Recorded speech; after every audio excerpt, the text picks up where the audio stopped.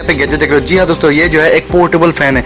इस गर्मी में आपको जो है पंखा चाहिए, वो तो सभी को चाहिए, पता है। इंडिया में अलग ही लेवल का गर्मी होता है, दिल्ली, चेन्नई, कलकत्ता, मुंबई, ये सब जगह में। तो उस गर्मी से बचने के लिए ये जो है आप देख सकते हो, बहुत ही तगड़ा फैन है और इतना छोटा और इतना पावरफुल है और इतना ठंडा हवा देता है। साथ ही साथ दोस्तों इसमें काफी कुछ वेराइटीज फीचर भी है, आप देख सकते हो। यहाँ पे इसको जो आप स्टैंड को ऊपर नीचे रख सकते हो। इसमें एक वायरलेस चार्जर, आप अपने फोन को चार्ज कर सकते हो इसके अंदर रख के। जी हाँ दोस्तों, आपका जो भी स्मार्टफोन है, एंड्रॉइड और आईफोन का। उसके बाद ये जो है 130 डिग्री एंगल पे ये घूमता है, तो ये इसी सबसे बेस्ट है। और इसमें आप जो है अपने ईयरबड्स वगैरह भी रख सकते हो। तो इसमें एक जो छोटा सा बॉक्स भी है ना, मजेदार।